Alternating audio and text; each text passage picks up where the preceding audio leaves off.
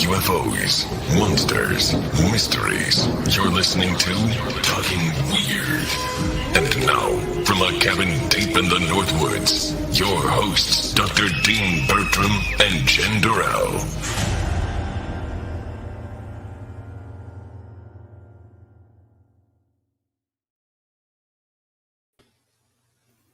Well, hey, baby. Hey, baby. How's your afternoon been? I know that you were involved in like a meditation workshop or something today, right? Oh, I just had to do one real quick for my class that I'm taking. How did that go? Not good. I'm going to do it again. Uh-huh. I'm under a lot of stress, so it didn't work out too well. Well, it's always a stressful time of year in the holidays. Yeah, it is. Yeah, I agree with that one. But we're rolling into the Christmas season, which I'm excited about. So yes, you've already got it all set up. I don't have any Christmas behind me yet. I still got Halloween. That's because I'm like, I don't know, not the Grinch. You're like the Grinch when it comes to Christmas. I'm joking. You love Christmas. I'm totally teasing. You're a big Christmas gal. Did you get your tree up yet this year?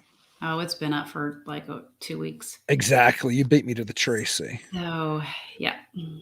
Just not to the studio setup. No. That's all right. You've probably been busy. But anyway, we should be rolling into what's probably more entertaining for our audience than you and I talking about our Christmas decorations. And that's tonight's guest. He's a psychic medium who also has a master's degree in forensic psychology from the University of Florida. In 1980, along with 4 other psychologists, he interviewed Ted Bundy when Bundy was on death row.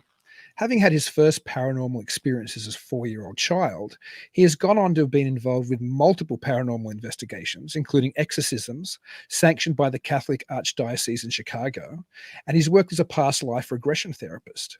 He also volunteers at a children's hospice to help young children cross over into paradise. So I'm delighted to welcome to the show, Robert Righi.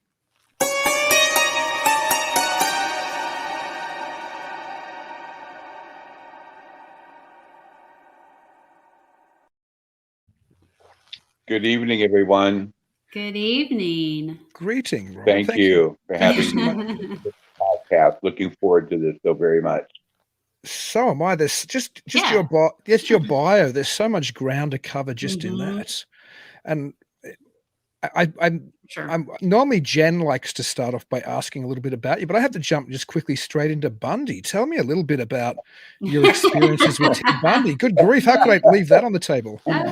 Everybody wants to jump into Bundy. Everyone does. It happened in 1980.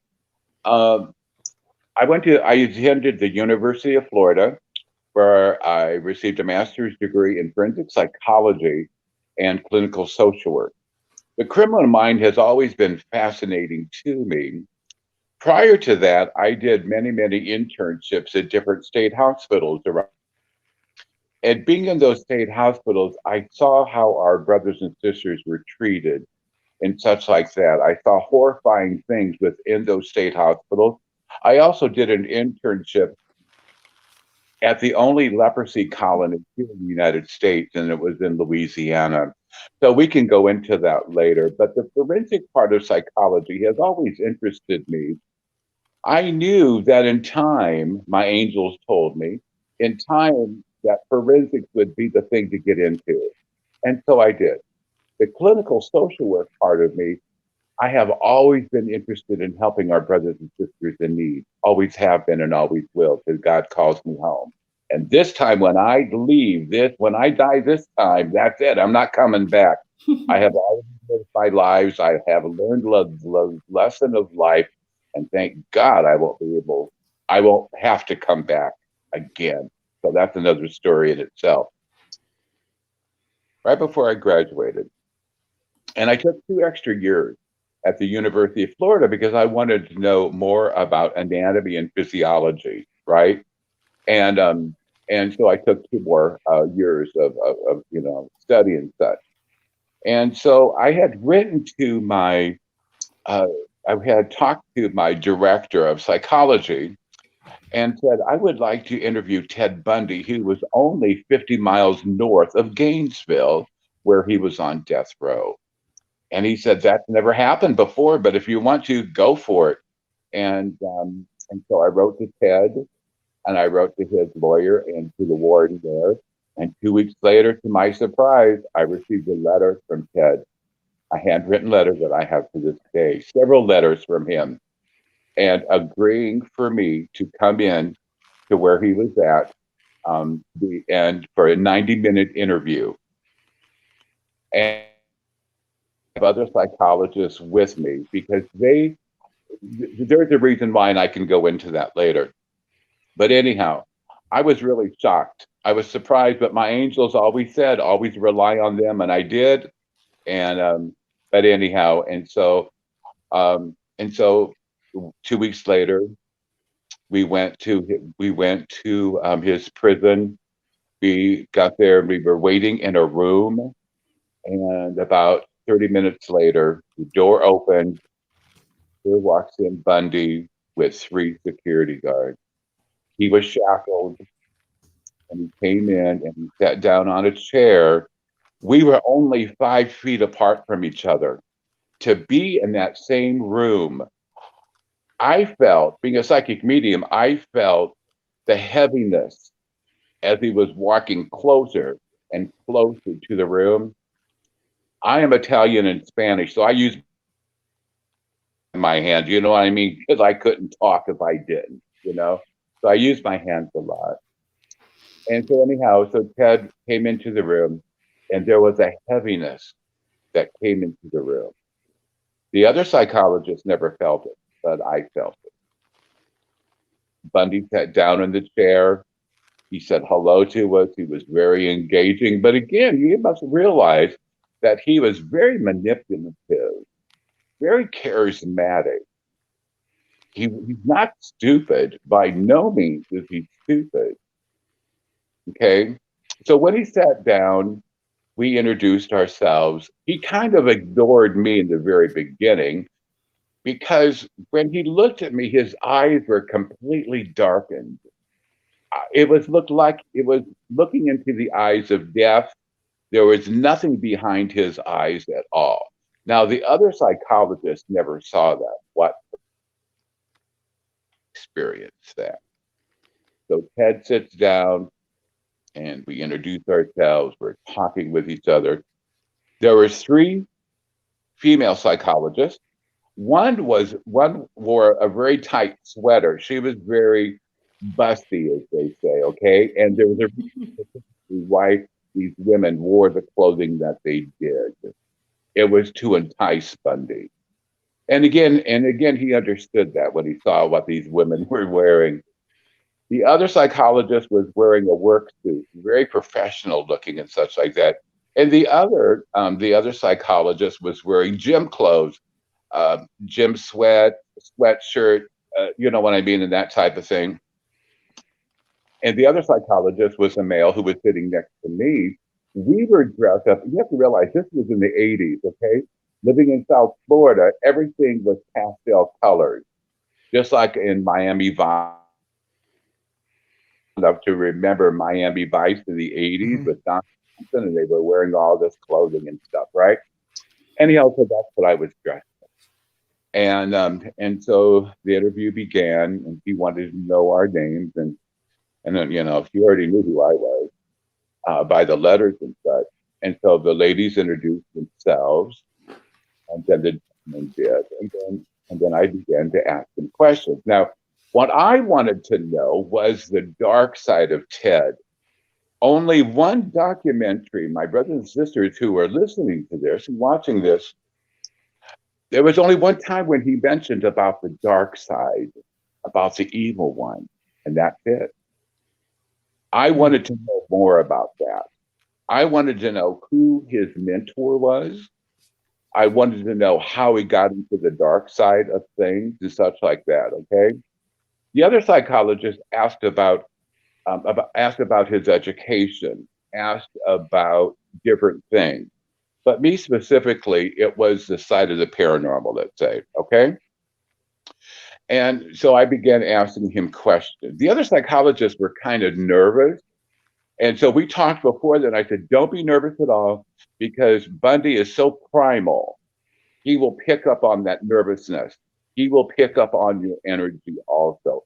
So just kind of relax. If you have to smoke a joint before that, that's fine. Just relax, whatever. Have a couple of beers or cocktails before we go and interview him, just to relax yourself. Well, they were nervous anyhow. And he picked up on that right away. My friends who are listening to this, to be within 5 feet of a serial killer who give two shits about anything, you know what I mean? He had no respect for women, none whatsoever. Did you? Go ahead. No, I was just going to say, so when you asked him those paranormal type questions, did you feel any reaction from him? Even before that, when I spoke to him, his eyes went very dark. They looked like walnuts.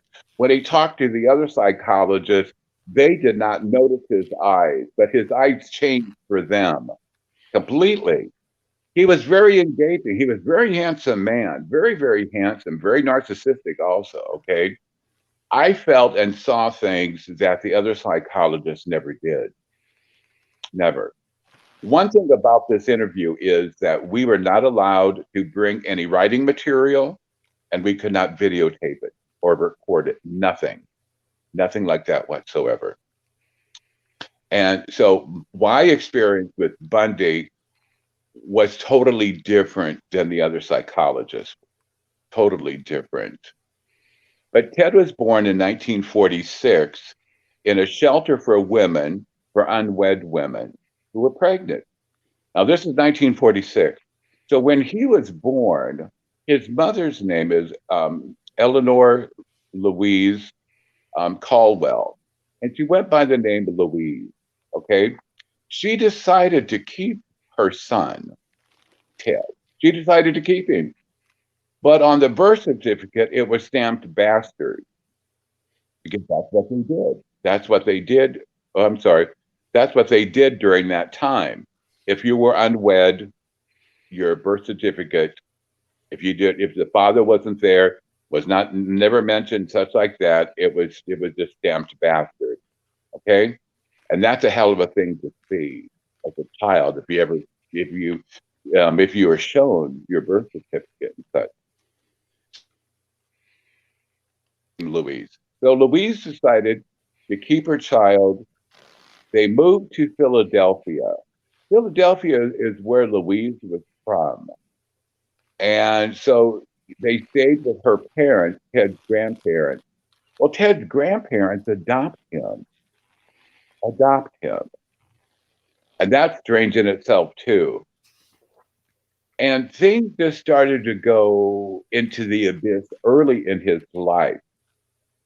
He did well in school. He was tested 136, and that is within the gifted range. Okay, but Ted he went into weird things, like he began to steal, he began to lie, began to do a lot of things, right? And so his mother thought that it would be better to get him out of Pennsylvania and take him to the Pacific Northwest. It is just bizarre how she even picked the Pacific Northwest. She didn't know it at all, none whatsoever. But she wanted to get away from the East Coast.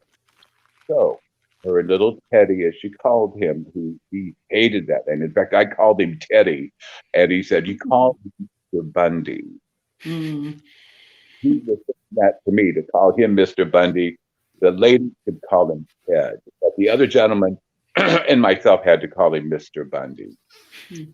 But anyhow, so they moved to the Pacific Northwest, and he's older now. And his cousins come from Philadelphia, and they visit with him, and they were outside playing and such. And now Mr. Bundy, or Teddy, is telling all of us these things. And he said that my cousin told me that my grandfather could be my father. He never knew that. He never knew his father whatsoever.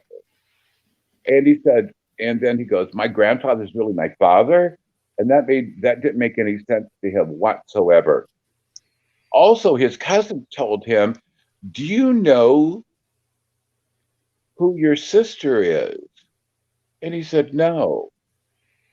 They said, your sister is your mother. Louise, the woman who had him, was his sister. Mm. He never knew that. Okay, so all this betrayal, all these lies start like racking up on him, layering him and such like that. He does horribly, well, his behavior was horrible in school. He began to lie and do all sorts of things. He began to steal in stores and such like that. And so the other psychologists wanted to ask questions, so they began to ask him questions about other things. But again, my main point was the paranormal side or the dark side of him, okay? So after the female psychologist, and he could have stayed on those female psychologists to really enticed by them whatsoever. He really was. He didn't give two shits, like I said, about the other psychologist and myself. He just wanted to see these beautiful women, okay? So then I asked Mr. Bundy how he got into, let's say, the dark side. And he looked at me and he goes, Robert, I know who you are. I sense who you are, and I sense what you do. And he said, you will never forget this interview with me, because I will always be with you in one way or another. That sent chills down my spine to hear that. You know, the female psychologist went, oh no, so they reacted to it. I didn't react to that. But let me tell you that when I do these interviews, because Ted wants me to tell his story that he did, I am not justifying what he did whatsoever. I'm not. He's a narcissist when he was alive, and he's a narcissist in the grave. He is. Don't be surprised if this goes haywire or if this StreamYard stops, freezes up, because when I talk about Bundy, a lot of things happen. Okay? I do have two angels with me, and they do protect me as much, they do truly protect me. Okay? And so anyhow, talking to Ted, and he was Mr. Bundy, but I'll call him Ted just to piss him off, okay? But anyhow, and so I was talking to Teddy, and he hated that, especially when I called him that. But anyhow, I asked him how he got into whatever. And he said that early on, he began to play with the Ouija board. Now, my brother and sisters in the paranormal field, I don't.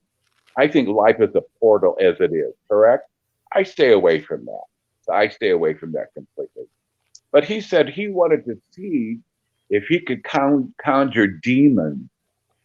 He wanted to confront a demon. He wanted to see the face of a demon. And how ironic that is, he's to see the face of a demon when he can look into a mirror and see the true demon within himself, right? Mm-hmm. So what he began to do was he got a Ouija board. This was we call it middle school now. But anyhow, he got into the Ouija board. He began to kill little animals. He would put the animals on the Ouija board itself and begin to dissect it on the Ouija board. It was like a sacrifice to the demon. And he was very upset with this, very matter of fact. Now, during this time also in middle school, when he started this stuff, he started to openly masturbate in school, outside, wherever. He was raised in a very, very Methodist, strict church. And so they would go to church on Sunday for hours and on Wednesday and church camp, which he hated. And what he would do, he would masturbate on Sunday morning on the choir gown of the women. Again, power and control. Okay. So the thing this way is that he was lied to in the very beginning of his early life, who his father was, who his father wasn't, and such like that, right? And when he went to his mother and asked her, "Are you my sister?" Louise said, yes, I'm your sister besides your mother. And that whole betrayal, it just got him down into the abyss even more. Ouija board, killing little animals, and getting into that real dark place. He told all of us that during the time that he was using the Ouija board, he did experience demons. And so I wanted him to go further into that. And so he did. He talked about these demons that would come through the board. Of course, he was drinking and he was high too, okay? And he had other friends with him at the time when he was using the Ouija board, but Ted got so outrageous with the board that his friends got scared of what the board was doing. He told us that he didn't have to use the planchette at all. It moved on its own. Let's say my brothers and sisters in the paranormal field who are watching this, I believe Ted Bundy was truly, truly possessed. I think that he was born predestined to become possessed and to become a murderous, heinous person that he did. And so he was telling me about the Ouija board. The other psychologists were asking him other questions and such like that. And he looked at me again, and he began to sweat. I could see, psychically, I could see him sweat when he was speaking to me. Now, the other psychologists never saw that whatsoever. But I could feel that, and I saw that. And I asked Teddy, I said, Mr. Bundy, I said, who is your mentor? And he said his mentor was Ed Gein. You know who Ed Gein is? Mm-hmm. Yeah, he lived down the road from me. Plainfield isn't that far from where I live. Yes, Ed Gein. I think that the movie, was it Texas Chainsaw Massacre, was loosely based on his life. Yeah. Yeah, that and Psycho were both influenced, I think, by the Ed Gein story. Mm-hmm. Yeah. So he really put Ed Gein on a pedestal. He read everything he could about Ed Gein, about how he did the things he did, how he skinned so correctly and such like that. He got off on that. Like I said, being a narcissist and such like that, very charismatic. He also went to university. He wanted to become a psychologist, which he did. And I asked him about that. And I said, why did you want to become a psychologist for? And he said, because I wanted to learn how to manipulate women even more. He did. He knew how to manipulate women. He knew how to do things to engage them. He always went on the sympathy mode. He talked about how he got these women to help him. And being a narcissist, the narcissist said to him in the very beginning, narcissism is horrible to have, first of all, because you think the whole world revolves around you instead of you around the world.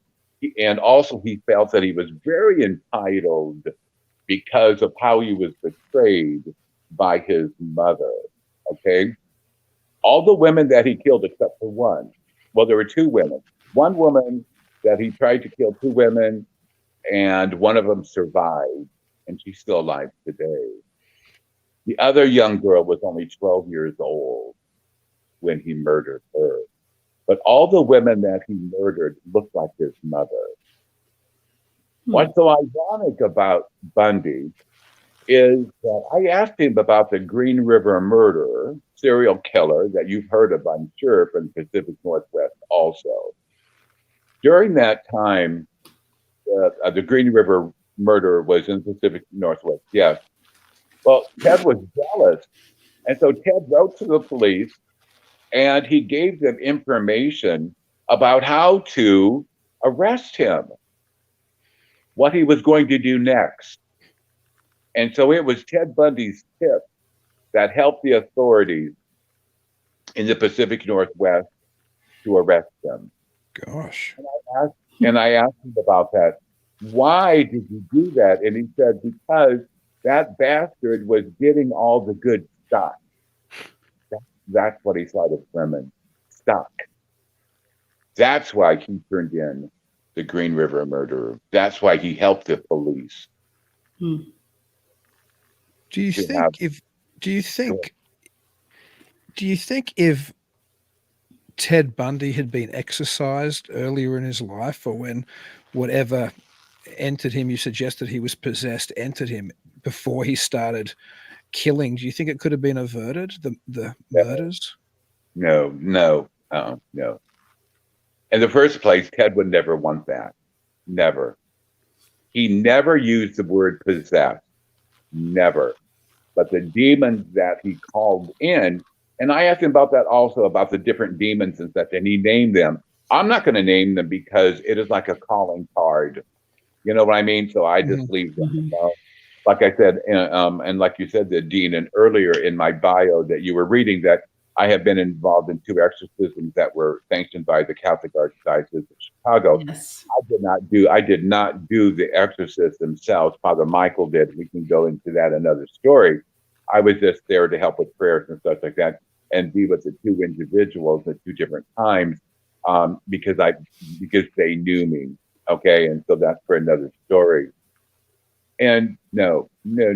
Ted had nothing to do with religion after his Methodist experience, none whatsoever.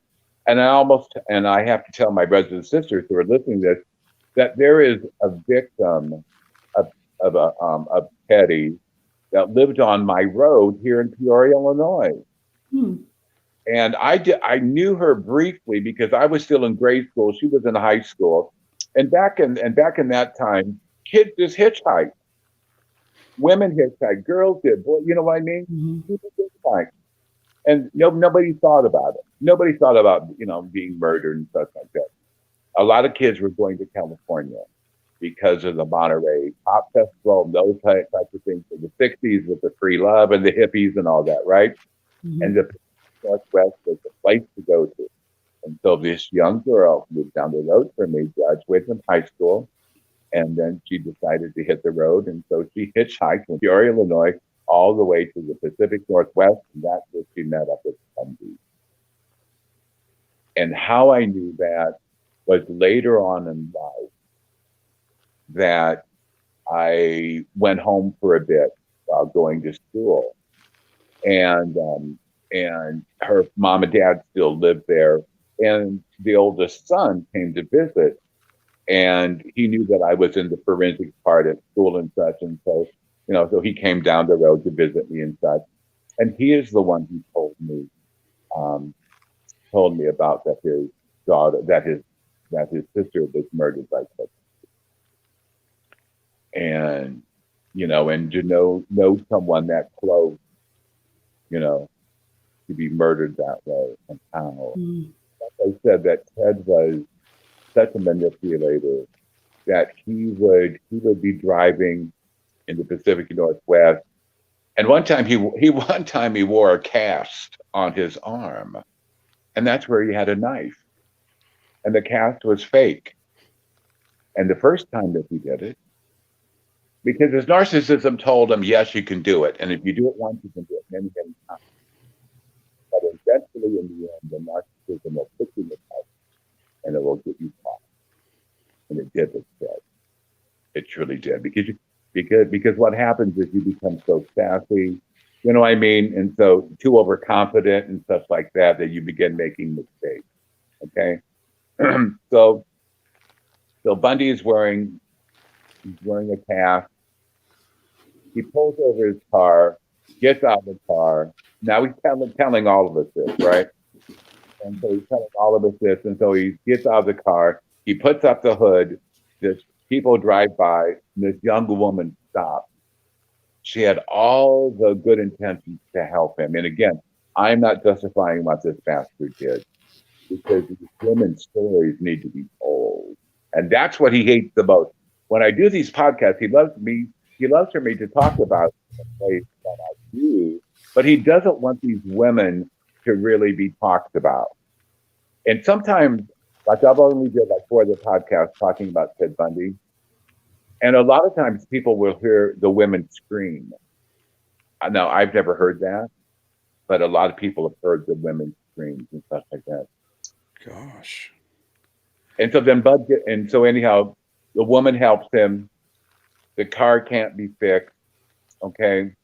And he's doing this and he's doing that. Now, down the road a bit, where he already knows that he has a cabin there, a shed, right? So he tells this young woman, well, I can possibly maybe fix the car, whatever, but we need to go. I need to be driven down to the shed and brought back. Well, being the caring soul that she is, God bless her soul, you know what I mean? And so he gets her into the shed, hits her with his cast, and she's still alive.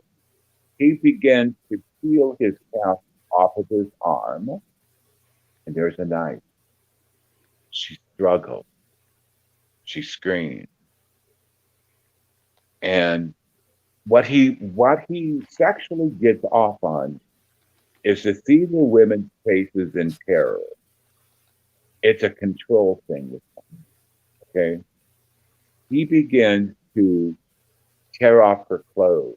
Now, I'm not going to go into detail how he dismembers these women.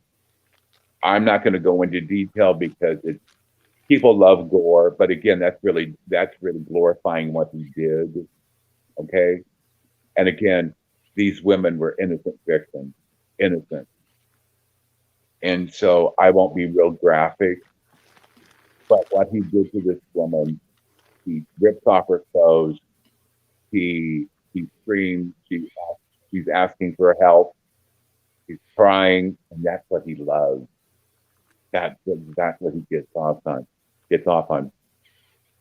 He gets a butcher knife that was in his past, and he cuts her nipples off. He also, how much more detail do you want me to go into? Because I can, but it's up to you. I mean, it sounds like it was a pretty gruesome scene. Yeah. It was, but let me say that he also cannibalized some of the women also.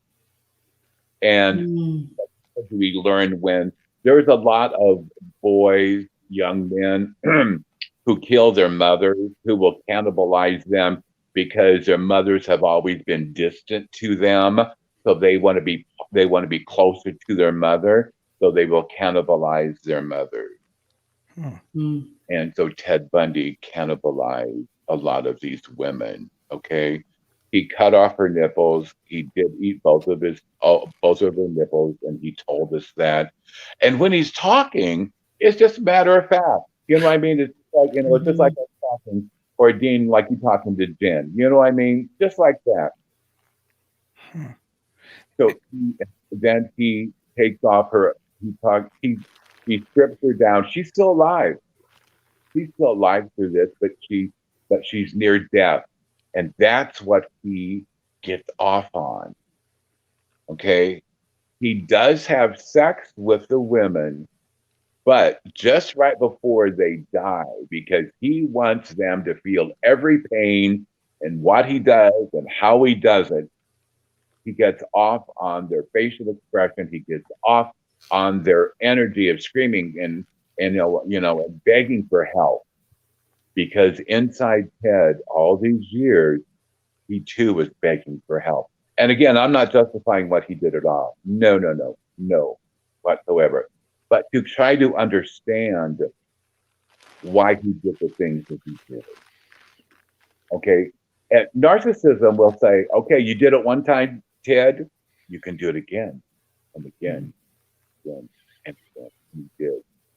Now, on record, there's only a certain amount of females that he had murdered. But one of the other psychologists asked him, how many women did you actually murder? And he told us 150. Now, again, that's grandiose, whatever, right? And at the end of his life, that he began to sing like a canary because he wanted to get out. Again, that was a manipulation. That he wanted to get out. He wanted to smell fresh air. He said, listen, I will take you to the places where I have murdered and buried these women. So the authorities said, so they agreed. He did take them to different parts of the country, and yes, they did find bodies and such. But most places that he wanted to see, because he just wanted to see them, right? So he knew how to manipulate the authorities, and he did it well. Finally, the authorities said, enough is enough. And so they brought him back to the prison and such. And so the other women, I asked Bundy, I said, did you ever want to stop doing this? And he said, no, I never wanted to stop. I wanted to kill more women because they deserve it. Because all women are bitches. All women are manipulative. All women are liars. All women are used. And that all stems from his mother lying to him in the very beginning. If Louise would have never lied to him and came out honest with him that, yes, I'm your sister and stuff like that, right? And all that stuff, and your father is so-and-so and everything like that, things could have been different. But it wasn't supposed to be, And so some of the women that he had murdered, and after I spoke to him, after we interviewed him, I connected with some of the women that he murdered. And I asked him, did you try to help some of the women that he was murdering? And several of these beautiful female spirits came to me and was talking to me and said that we are a sisterhood. There's nothing that we could have done to stop Bundy doing what he did, but we were there to take our sisters to heaven.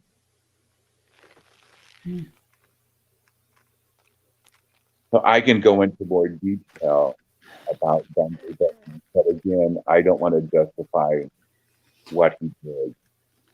Because what he did was you with a rather unique background in both clinical psychology as well as with psyche and with psychic medium abilities.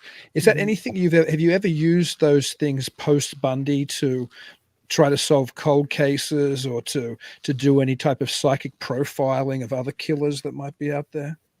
Yes, being a criminal profiler, there were a lot of cases. Like I would be like, and I did this for 30 plus years for the state of Florida, down in South Beach, which is a beautiful area of Miami, right?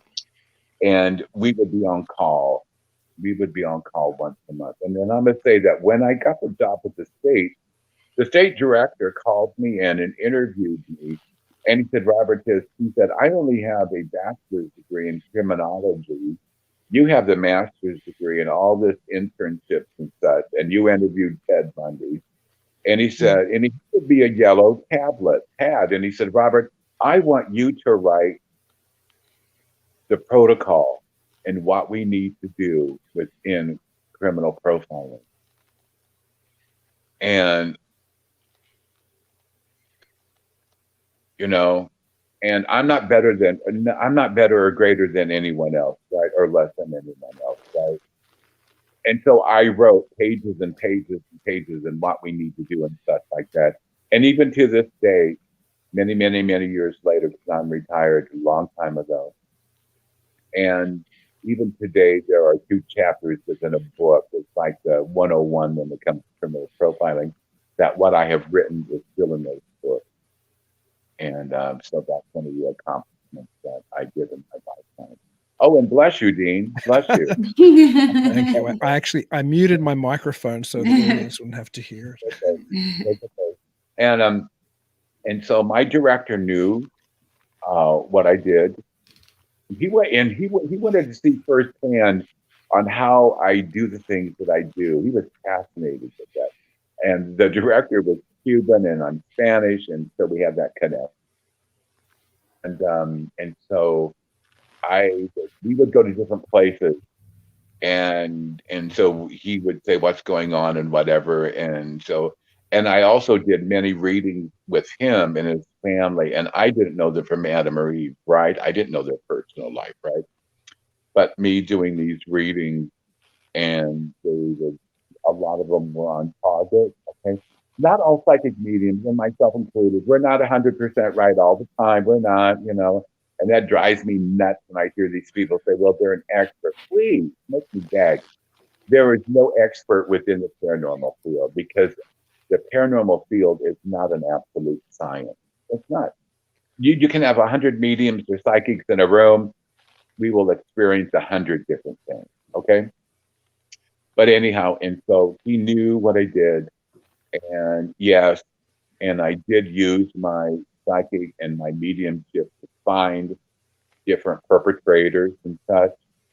But in my report, I could never put that down. I could never say, "Oh, my angels took me here," or whatever. You know what I mean? I could never say that in a report. I had to be very vague. But again, the criminal profiler, we become the victim. We become the victim. We find out where they went to school, what restaurants they went to, who are their family, who are their friends, like what bars did they go to, and such like that. So we become the victim, because becoming the victim, more chances are not, it is going to be a family member, or it's going to be an ex-boyfriend, lover, that type of thing, or an acquaintance. It's very, very seldom that somebody is murdered just randomly. Okay, a lot of murders happen out of passion. Also, I remember getting a call at 2:00 in the morning, and so, like back then, my brothers and sisters who are going to be listening to this, watch this, we were not police back then, like they are now on TV and all that stuff. We were not policemen. We never carried a gun, not at all. So, like I said, we were wearing pastels all the time, so we were no policemen and everything. But so we worked very, very closely with the district attorney's office, and also for the state attorney. And so anyhow, when you go, so I was called at 2:00 in the morning, and it was in this garbage bin. And let me tell you that I didn't know if I was looking at a rag doll or a baby. And it had been a baby that was murdered and then set on fire. And somebody asked me, "Robert, how do you deal with all this carnage, all this negativity?" And I said, "I cover myself with white light. I have 2 angels that help me." Do I cry? Of course. After something like seeing a child, and such like that, or a young adult, seeing them dismembered, seeing a hand just sticking out of the ground, right? That I do afterwards, that I do go home and I do cry. I do, because I'm human, And so if I didn't cry, and if I didn't release that energy, it would just build up and build up and build up inside of me. And that's why a lot of detectives end up having heart attacks, and strokes, and become drug addicts and all that other thing, because they have never separated themselves. And so I have, but you know what, there's no better satisfaction, no greater satisfaction than going to a family after we interview them and stuff like that, right? Going to a family and saying, "Ma'am, we have the animal, we have the man or the woman who murdered your loved one. We have arrested. There's no better satisfaction." And so I have learned over all these years to separate myself. It's not been easy, not at all. But I've had to do it just to protect myself. In all these many, many years, I've kept 50 some tablets of reams and reams of paper, about 50 years worth of all my experiences within the paranormal field, and all experiences that I've had in my career. And somebody said, "Why don't you write a book?" And I said, all this documentation is for me. It is for me. It's something that I needed to do. And even in my own private practice, when I also was a criminal profiler, like I said, but also I had my private practice, that I kept records of everything who I spoke to, the time, the date, and such like that, and how I felt before, how I felt afterwards, and such like that. But that is just for only me. And sometimes people want to hear about Bundy and everything. And, for many years, I never talked about this. I didn't. And then my angels said that I should talk about it. Talk about the dark side of Bundy. Because these women's stories need help. They need to be told. Also, something about Bundy was that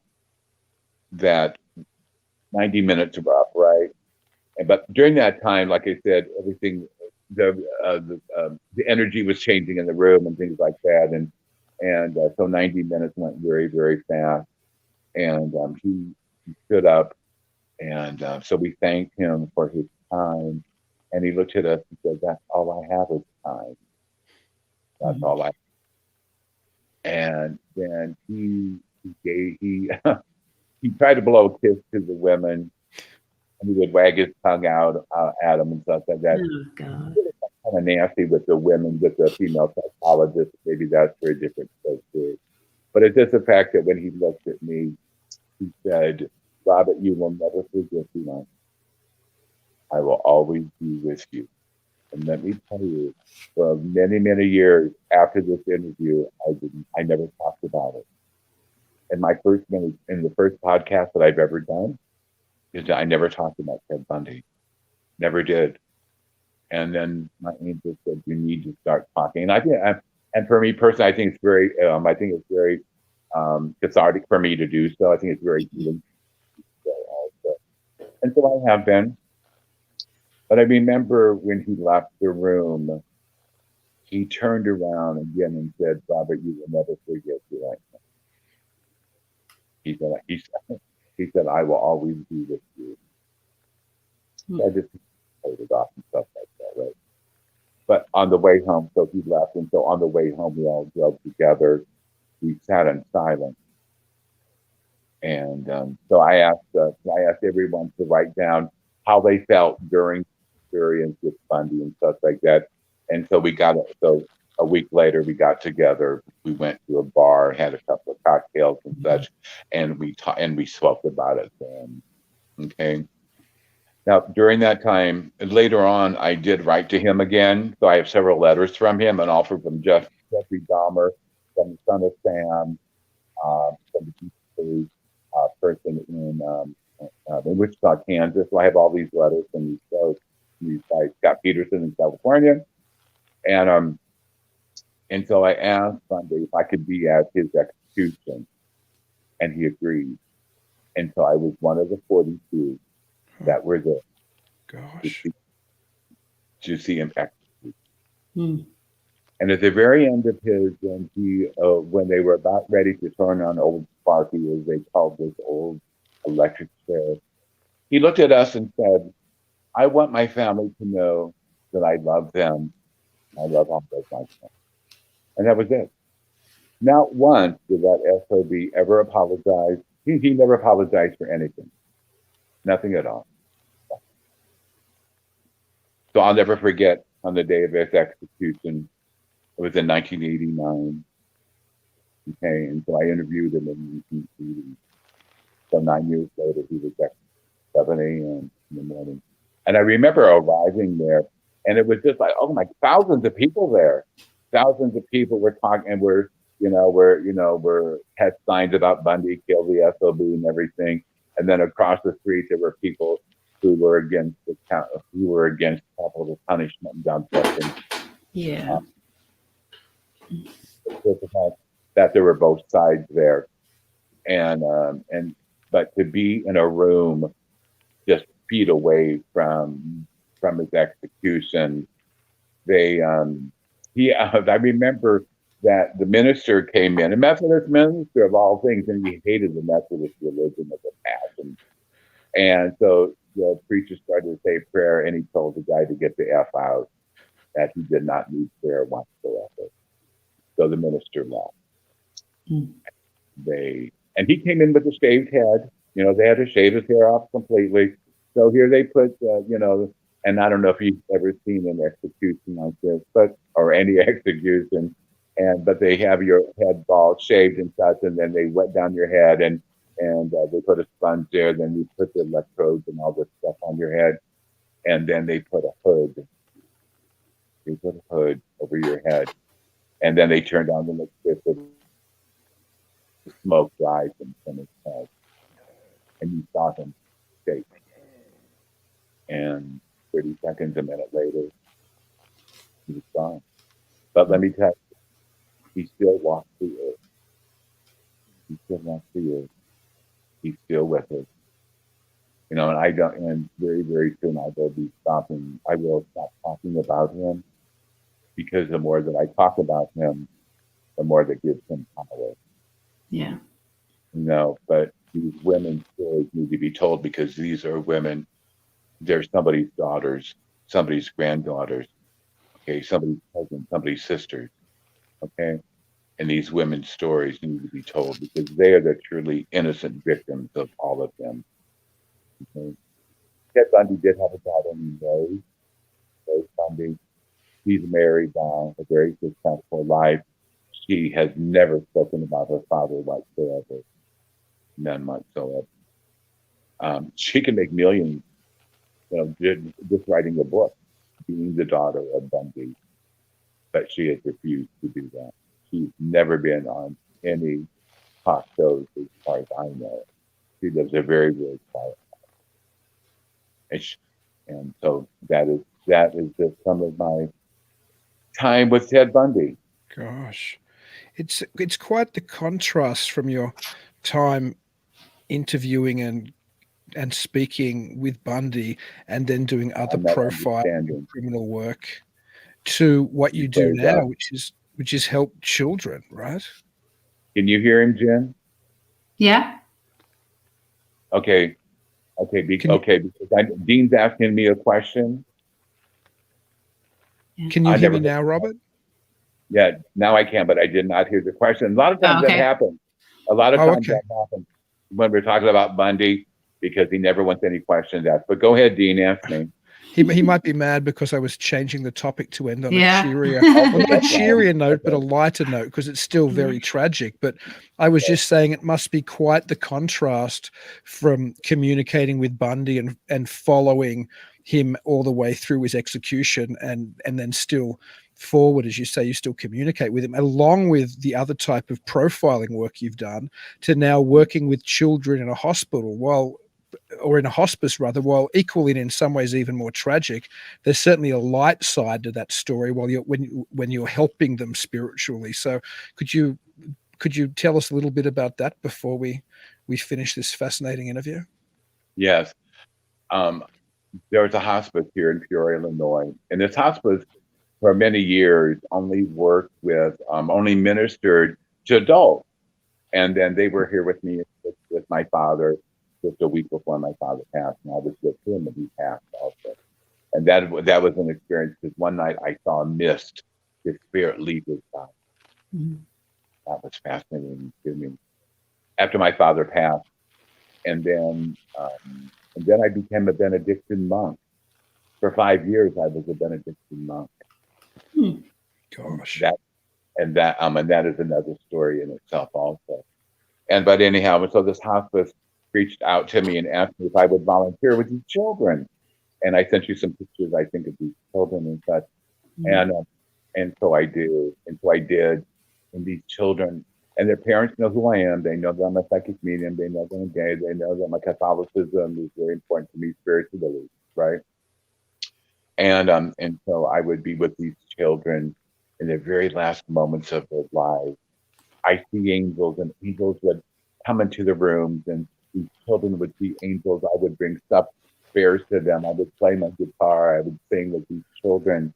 But to be with these children, the very last moments of their lives, and just, and my brothers and sisters who are listening to this, I always said to these children that I can only take you part of the way home.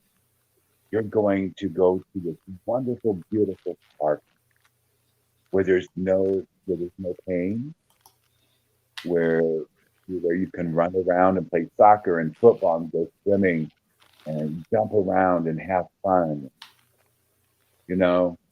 because most of these children were in hospitals, and like the pictures, and I can see one of the little boys is in the hospital. And if you want to show their pictures, that's fine because I have, I have permission from their families. I can use their first names, but not their last names. Okay. And so the angel would get closer and the children's heart rate would begin to fluctuate. And sometimes these children would say, Robert, do you see that in the corner? And I said, yes. Some of these angels were little kids, were children that they remembered when they were in the Shriners or at St. Jude. Okay. So sometimes the parents would see this flash of bright light, right? Some of these parents saw these angels too come towards their son or daughter, and the angel would get closer and closer and closer to them, and their heart rate would begin to fluctuate more. And that is the time, because a lot of times the little child asked me, like several of them would say, well, what took you so long? Their parents never told them I was coming, but they sent something, right? And so a lot of times the parents said, Robert, if you want to get in bed, if you want to hold my son or daughter, please do.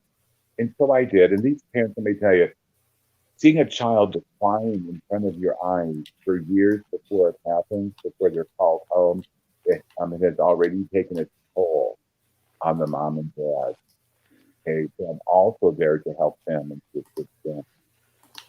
And so the angel is getting close. Sometimes they see a flash of bright light, so the parents have seen that also. The angel's getting closer, and the child begins to change the breathing. The whole room changes, the air changes, everything changes. And so I usually get into the back, and usually I shave my eyebrows, my mustache, my hair, because a lot of the children have no hair because of the chemotherapy. And so I want them to see that I love them and that I would shave my head off. And that's okay.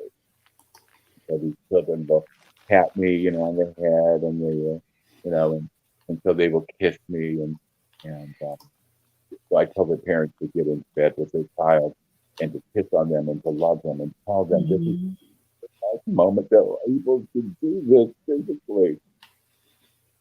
And so the parents will do so. But my brothers and sisters who are listening to this, to hear a woman and a father too, it is incredible. A lot of these women are not able to have a natural child again, and this is their only child, and they see their child passing in front of their eyes. It is incredible. It is very sad. It's very sorrowful, and yet I am so blessed to be with these children. I know that afterwards when I'm there, I explain to these parents that being Judeo-Christians, that we used to wash the bodies. If someone died at home, we would wash the bodies and stuff of our loved ones. And so I encourage the parents to do so, because that is one of the last things physically they could do for their child. And so a lot of times they would run a bath, and they would take their child into the bathtub, and they would bathe their child. And I always met the coroner, not the coroner, but the people from, to ask them never to put the child in a body bag, allow the parents to do that, and also never to zip the body bag up. Never do that in front of them. So the family bathes the body of their loved one, of their baby, and clothes them in a nightshirt, or usually in pajamas, and then put them into the enclosure. And then I encourage the parents to carry the child out to the vehicle. And so the parents do. But to hear sorrow coming from the parent, and it does affect me. Do I cry with them? Of course I do. And some people say, oh, that's so strong. It has nothing to do with being strong at all. None whatsoever. And this is the little boy. I can say his first name is Reed. And he did an event for this little boy. And 30 days later, after this event, I was with him in this next picture that I have. He's waving. And that was just taken up. Oh, sorry.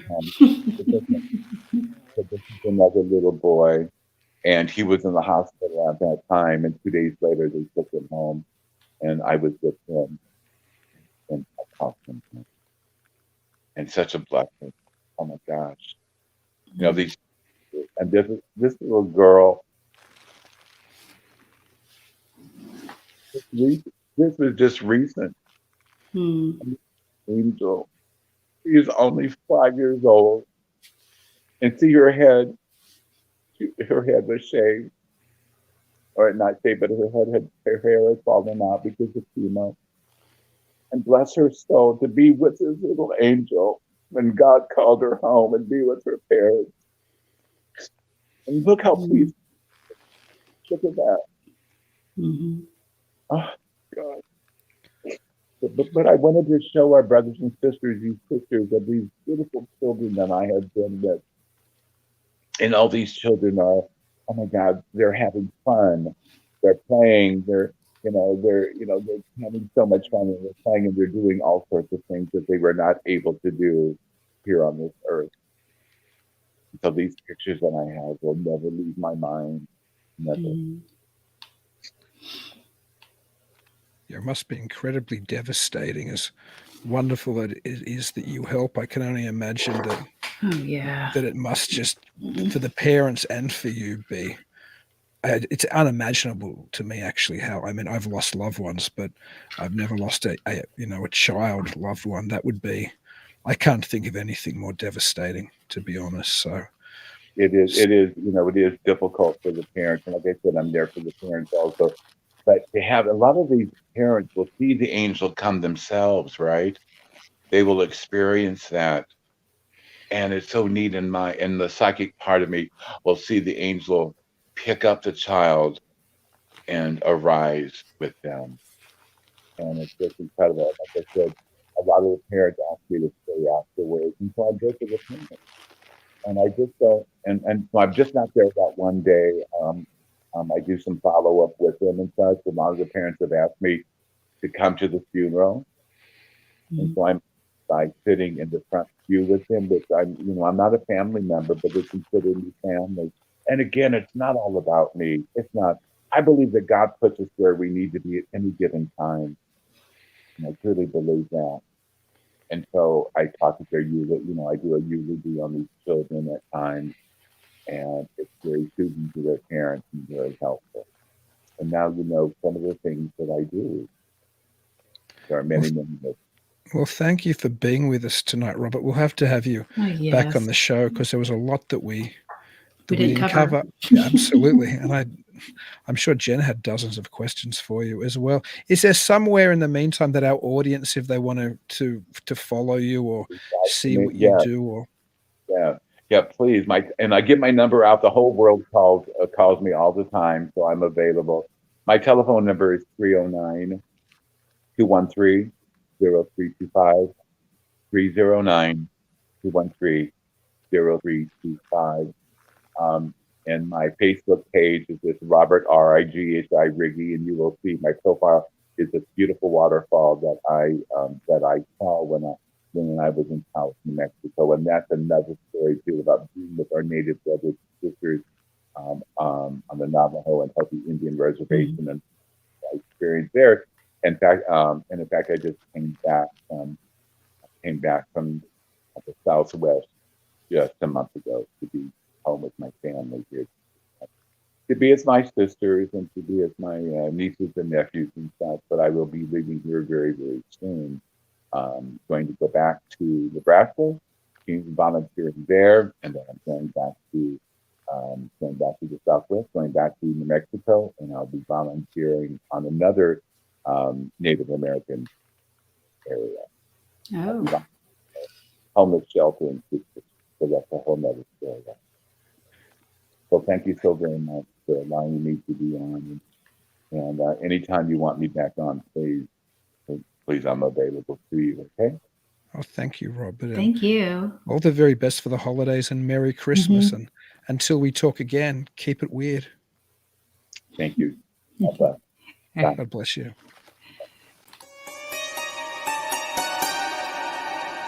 Thank you for joining us tonight.